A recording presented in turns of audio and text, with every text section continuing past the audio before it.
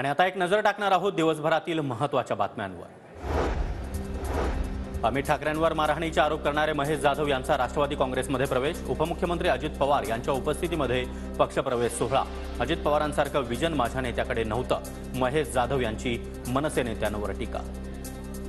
मला एवढंच वाटायचं की नेहमी वाटायचं की मी ज्या पक्षाचा प्रमुखाकडे काम करतोय सगळं होतंय, पण माझ्या नेत्याकडे अजितदादांसारखं विजन किंवा त्यांचे प्रश्न ऐकणारा आमच्याकडे कोणी नव्हतं। काही गोष्टी मी महेश जाधवांच्याकडनं ऐकल्यानंतर माझ्यासारख्या पण कार्यकर्त्याला वाईट वाटलं। शरद पवारांकडून आता एनसीपी पासून दुरावलेल्या नेत्यांच्या भेटीगाठी। राज्य साखर संघाचे अध्यक्ष पृथ्वीराज जाचक यांनी पवारांची भेट घेतली।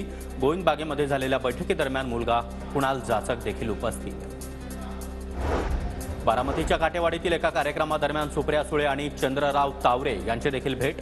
तावरे हे शरद पवारांचे कट्टर विरोधक मानले जातात। भेटीनंतर मात्र राजकीय वर्तुळात चर्चा। ज्या भाजपनं 2014 ते 2019च्या काळामध्ये घराणेशाही विरोधात रान उठवलं, त्याच भाजपनं आता सगळ्या राज्यातल्या घराणेशाही आणि घराणे दत्तक घेतले आहेत। विखे परिवाराच्या घराणेशाहीवर सुषमा अंधारे यांचा निशाणा। ज्या भाजपाने घराणेशाहीवरती 2014 ते 2019च्या काळात रान उठवलं होतं, त्याच भाजपाने आता सगळ्या राज्यातल्या घराणेशाही आणि त्यांची घराणी दत्तक घेतलेली आहे। अमित शहांना सुद्धा पंतप्रधान होण्याची इच्छा आहे, पण नरेंद्र मोदी असेपर्यंत ते होणार नाही। प्रकाश आंबेडकरांचं वक्तव्य। तर पंतप्रधान पदाची इच्छा बाळगण्यामध्ये काहीही गैर नाही, आंबेडकरांचा टोला।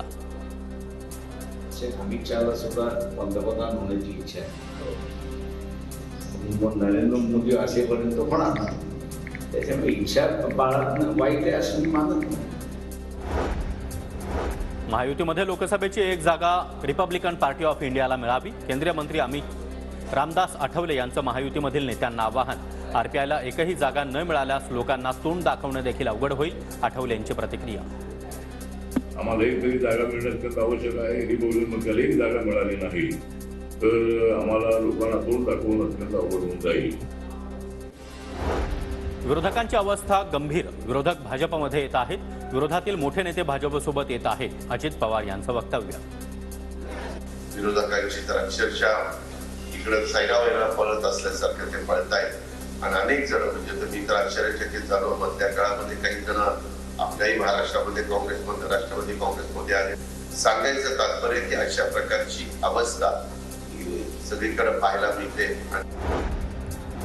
आदित्य ठाकरे आज मुख्यमंत्री शिंदेंच्या बालेकिल्ल्यात। आदित्य ठाकरे यांचं ठाणे जकात नाका परिसरामध्ये जंगी स्वागत। थोड्याच वेळात आदित्य ठाकरे ठाण्यातील पदाधिकाऱ्यांसोबत संवाद साधणार।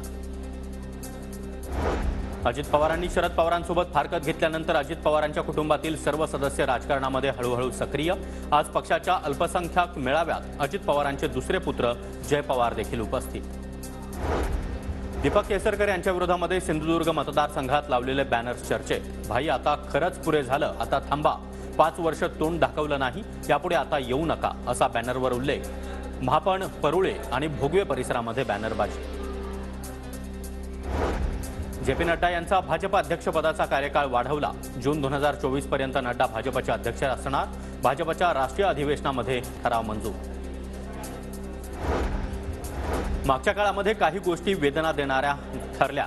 आधी 2.5 वर्ष आम्ही महाविकास आघाडीसोबत होतो, महाविकास आघाडीच्या नंतर मी वेगळी भूमिका घेतली, अजित पवारांचं रायगडमध्ये वक्तव्य।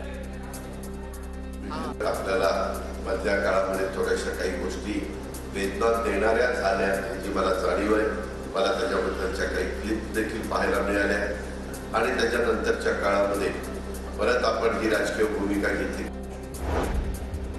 ज्यांना अजितदादांमुळे गेली 15 वर्ष उत्कृष्ट संसद रत्न पुरस्कार मिळतोय, ते लोक आभार मानायचे सोडून चिखलफेक करतायत। रुपाली चाकणकरांची सुप्रिया सुळेंवर टीका। भाजपच्या राज्यसभा उमेदवार मेधा कुलकर्णी यांनी घेतली मंत्री भारती पवार यांची भेट। दिल्लीतील महाराष्ट्र सदनामध्ये भेट। भाजप महिला पदाधिकाऱ्यांसोबत देखील मंत्री भारती पवार यांची चर्चा। काँग्रेस अस्थिरता, घराणेशाही आणि भ्रष्टाचाराची जननी। माझ्यावर आरोप करणं हाच काँग्रेसचा अजेंडा, पंतप्रधान मोदींची टीका।